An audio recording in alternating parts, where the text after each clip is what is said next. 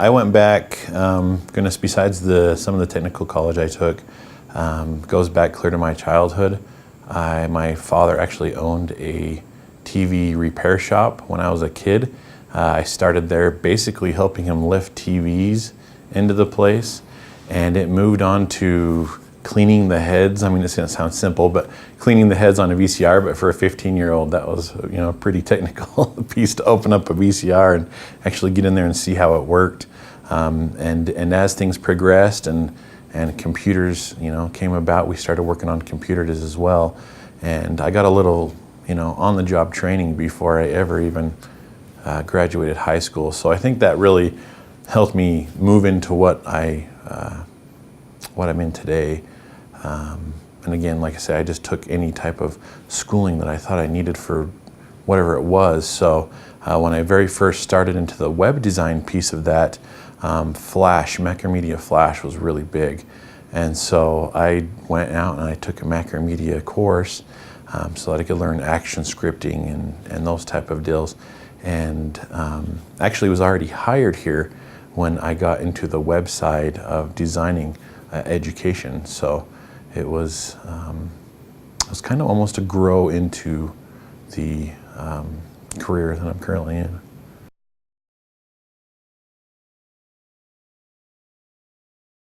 I started web designing as part of a cappella group that needed a website. I mean, this is back, we're talking almost 14 years ago, and I was part of a group after high school. We decided that the web was the way to go. We needed a website, so I actually kind of self-taught myself a lot of the HTML, a lot of things that we needed to do to get it going, because of course we did not have the money to have somebody do it for us. So I self-taught myself a lot of HTML and got into a little bit of Macromedia when it first came out. The group was nice enough to get me some software and was able to produce some very rugged but fun websites with some sounds and some different things. And I've always just really liked all digital media because it moves so fast and there's so much technology out there that you can literally one day be trying to think up, how can I do this? And a month later, there's a program that then does that. So it's really a fun thing to be able to progress and to see those different things. And I wish I would have kept like screenshots or even the files of some of those old websites, because you go back and you're like, wow, I did that. That's really cool. And so some things are really fun and some things you learn because you have to. I know as in any career, you will find something and say, we need this, and you'll go out and you'll figure out how to do it. So that was my kind of push into web design. And then here at the hospital, I was part of the education center. I scheduled the rooms, I set up the equipment. That's kind of that background from high school, the stage tech type of thing. So it's kind of a perfect fit type of job when I saw it. And so yeah, at first I was just setting up the AV equipment, and then they actually found out through some of my outside stuff that I could also do some of the web design, and offered me and just proposed, said, hey, can you try doing some stuff for us? And I said, yeah, you bet. And 2 years later, I was actually made into the official Urban North Region media specialist.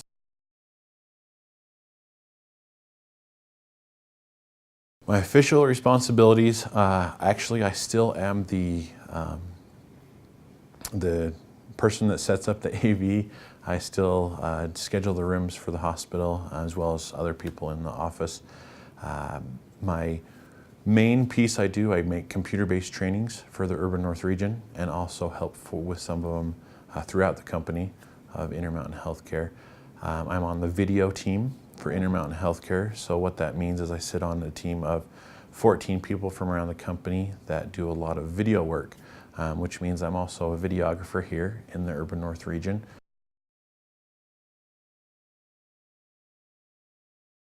So the software I'm currently using to make my computer-based training, I have the Adobe master collection, which helps out a lot because now the technology has led itself to video, to animation, to we still do a little bit of action scripting within Macromedia.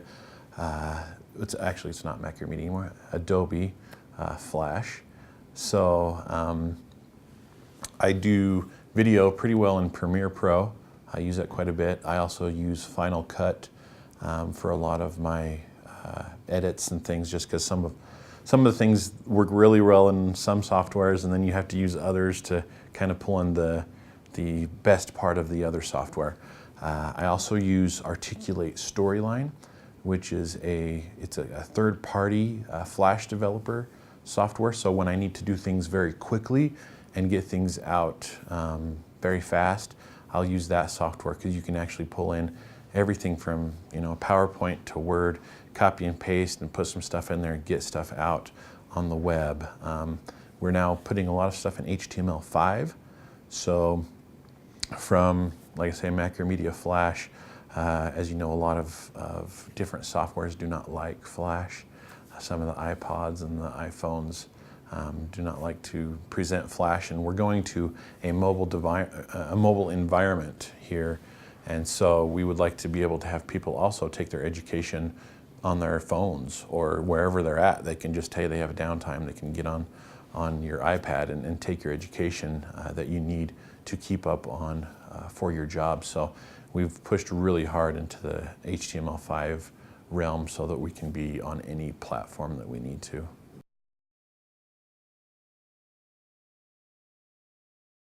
If you can do the story software, it actually will export to HTML5.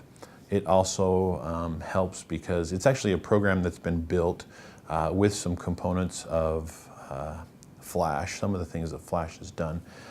It also brings in some components of, say, like PowerPoint, so just some animations or some little things that you would do if you were standing up in front of a group. So you can kind of put those things together, and then it will export to HTML5, and it will also create for you, which is really nice, a link to your LMS. So an LMS is a program that actually will house the database for your education, and you can send it out to a large group of people. And so it helps out a lot and creates what's called SCORM compliant education, so that you can easily broadcast that out to a lot of people all at the same time without too much of a hassle.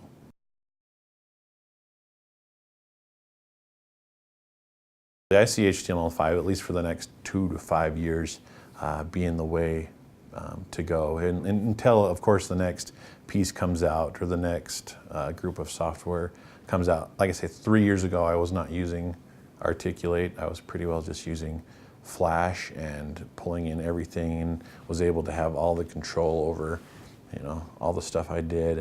And now education needs to be out so fast that you almost need that little third-party software really pushes things to get things done a lot faster when you don't need to rewrite something or to completely redo something. You can just take it out of their PowerPoint, literally copy and paste, stick it in there if it's a standalone, and do it from there.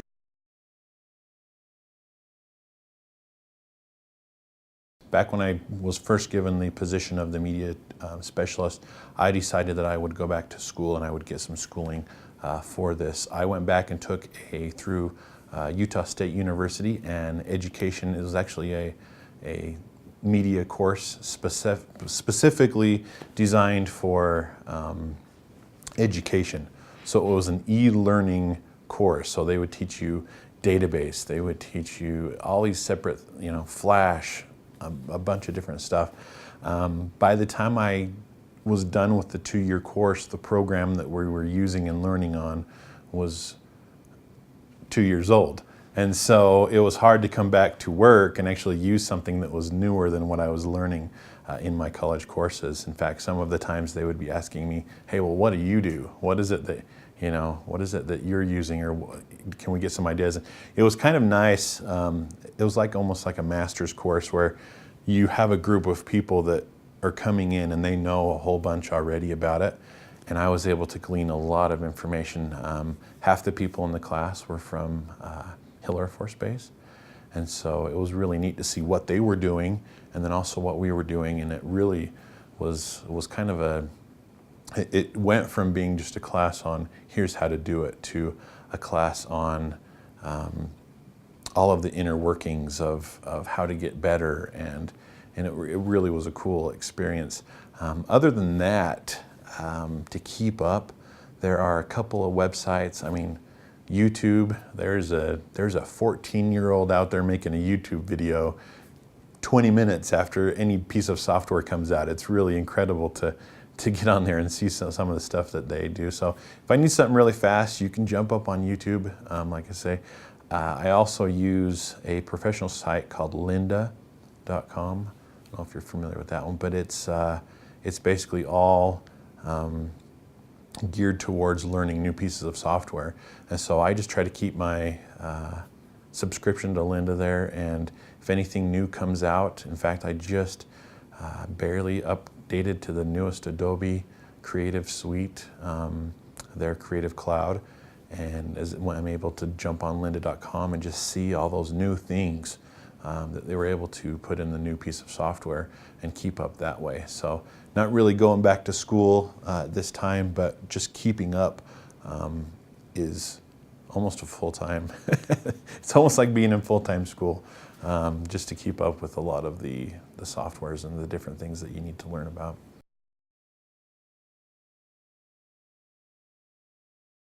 So I think all of my education, at least for the last 5 to 10 years, has been trying to keep up with all of the new technologies and to make sure that I have the tools that I need in order to make those new fancy things. If somebody sees something on TV or they see it on their computer, they walk up to me and they say, hey, look at this. Can we do something similar to this on a video? Or can we do something similar to this on our education?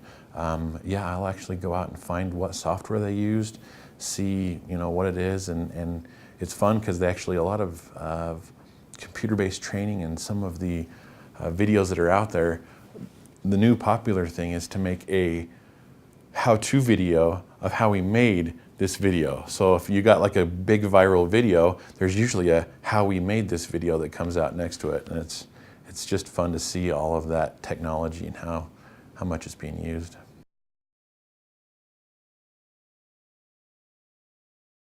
When you first come in here, the first of the week is, of course, just the same as everybody, checking those emails, making sure you're doing what you need to. Then usually I am spending most of my time still creating computer-based training. So I at least try to take 2 days out of the week and produce as much as I can or get as much as I can done on the computer-based training. I'm also over the audiovisual side, and we have a large new auditorium that we just put in, and so I'm teaching and doing a little bit of AV teaching for people, probably for at least a couple hours. And then down here in the simulation lab, I actually am also I guess I wouldn't say I'm a full technologist, but I am our sim technologist here. And so I run all of the AV for the simulation lab, including cameras. We have 3 cameras that are in each one of the simulation lab, and we will use a DVR to record the simulation, and then they watch it back in a debriefing area. And so I'm the technologist that just does the technology for that. Everything from making the mannequin do whatever I want it to. Have the mannequins here have pulses. I can talk through them as the mannequin, and so, or as the person in the bed. So it kind of makes it a little more real for those folks. Some other things I also do here at the hospital. I am also the Urban North Region videographer, so I will make videos for people as they need. I just made a video, goodness, last Friday, and I probably at least once a week, we save Thursdays for videoing, and I do most of my videography on Thursdays, just so then we can cover the front office, because I also have front office duties where I'm just kind of answering phones and as people walk in, helping them do what they need to do, whether it's, can you burn a CD for me, or can you some of those other smaller tasks, but are still really important to people because they need them done. So I do a lot of video conversions, creating DVDs for doctors. Yeah, if it's digital, you name it, if it plugs in, they're coming to me and asking me, hey, what can you do to help me get this done?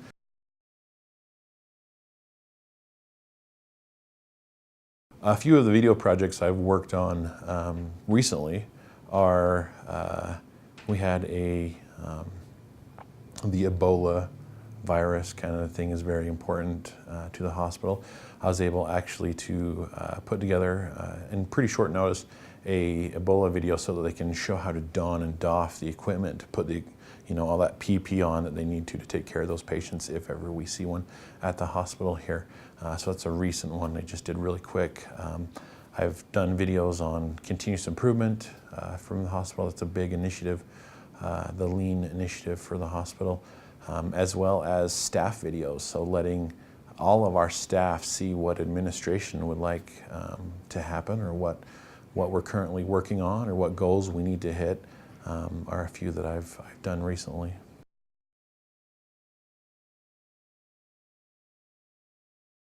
I think it's kind of a gray area with my position, in just as how many different departments I do help and work for, depending on what they need. A project we did with our CVTU a little while back was to create a DVD specific to that person's diagnosis. So when that person came in with congestive heart failure, they only saw the training that they needed. Before that, they were watching an 1.5 to 2 hour video on all the different things that could happen, and all of those different pieces. So we cut those down to a smaller education piece and only gave them what they needed to.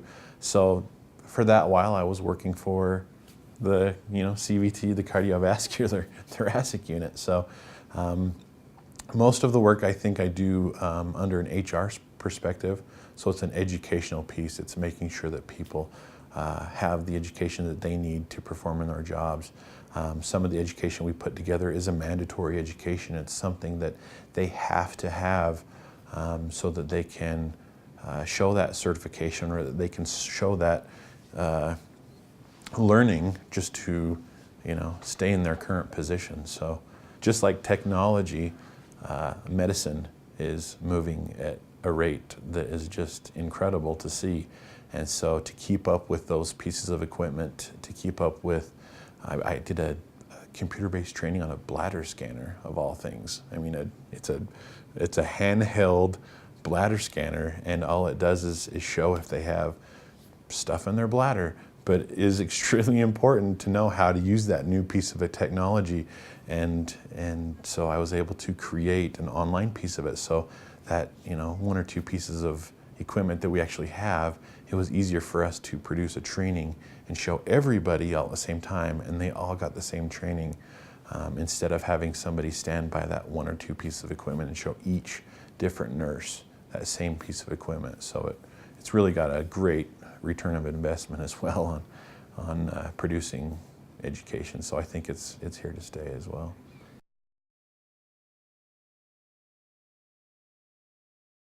We do have some pre-testing that goes on, and we actually do it with smaller groups. So we don't send that pre-test out to every nurse.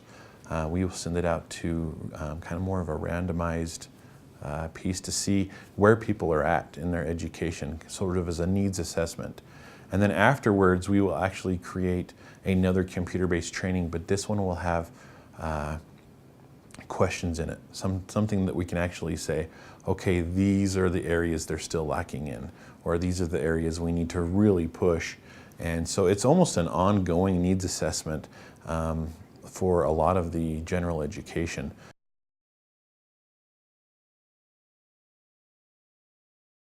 So there's some things that are a check mark. It's something you need to know.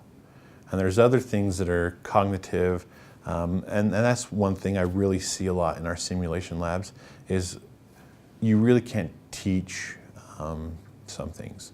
Like critical thinking, that person has to have a want and a need to do that next piece, or to have that initiative to go and do something. I mean, you can educate on a skill and tell something, hey, you need to do this and this is how you need to do it. So they'll go back that, and you can actually stand next to them and check off that they know that skill. We've watched them, they've done it correctly. Other times, there's other things you can't really teach, but you can foster that environment. And I think that's nice to do in like a simulation lab, where it's not a real patient, but you can simulate all those amazing pieces of the mannequin. You can simulate how that's going to happen and how that runs through and what you're going to see on the monitor, and even how the patient's going to react, and even how the family is going to react without putting them in a real life situation and harming a patient. You can make sure that they do it in a simulated environment and be able to give them feedback. And I mean, we actually have a debriefing room, so a room that's just set aside for after they're done, they get to watch themselves back and see, oh, I did do that. I didn't even realize I did that. And so that's really cool about the simulation. As on the education side of things, so in CBTs, it's a little harder to do that because you can't see them taking the CBT, why they're doing those sort of things.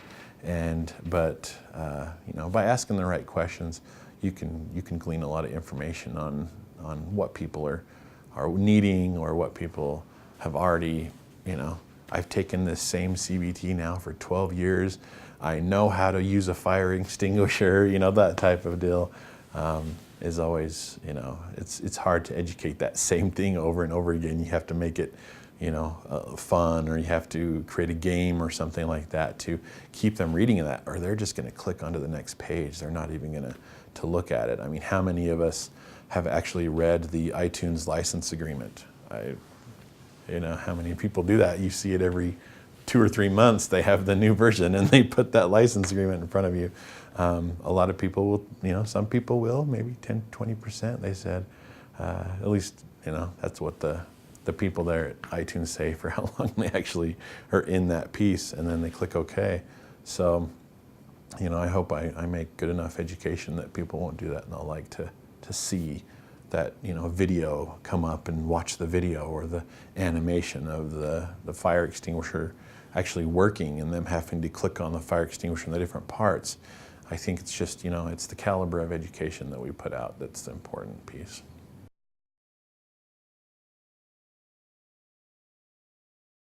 So I think in the next 5 years, the way that the technology is moving, I think we're going to get a lot more secure in our education and being able to track different things that people have done.